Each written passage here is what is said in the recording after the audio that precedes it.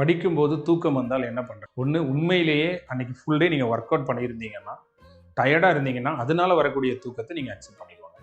சரியா? அந்த தூக்கத்தை மீறி படித்தா நிச்சயமாக நம்ம மைண்டில் ஏறப்போவதில்லை. அது இல்லாமல் நல்லா தூங்கிட்டு கூட நமக்கு மறுபடியும் தூக்கம் வருது அப்படின்னா, அந்த தூக்கத்தை அவாய்ட் பண்ணுறதுக்கான முயற்சிகளை நீங்கள் எடுங்க. ஸோ பெரும்பாலும் பொறுப்பை உணர்ந்தவருக்கு அவ்வளோ சீக்கிரத்தில் தூக்கம் வராது. பசி வயிற்றில் இருந்தால் தூக்கம் வராது.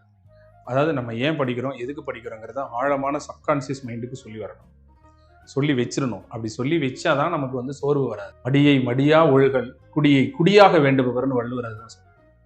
குடும்பத்தை குடும்பம்னு நினைக்கிறவன் சோம்பல் நினைச்சிட்டு அவாய்ட் பண்ணுவான். குடும்பத்தை குடும்பம்னு முதல்ல நினைக்கணும்.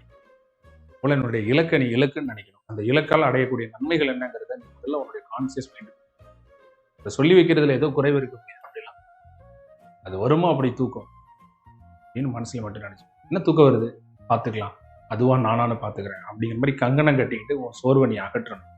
எல்லாருக்குமே வாழ்க்கையில உயரணும்னு என்ன இருக்கு, ஆனா இந்த சோம்பல், மறதி, காலம் தாழ்த்துதல், அலட்சியம் இதுதான் உங்களுக்கு எடுக்குது. இதுல இருந்து யாரு வந்து வெளியில வரானோ அவன் நிச்சயமா சக்சஸ்.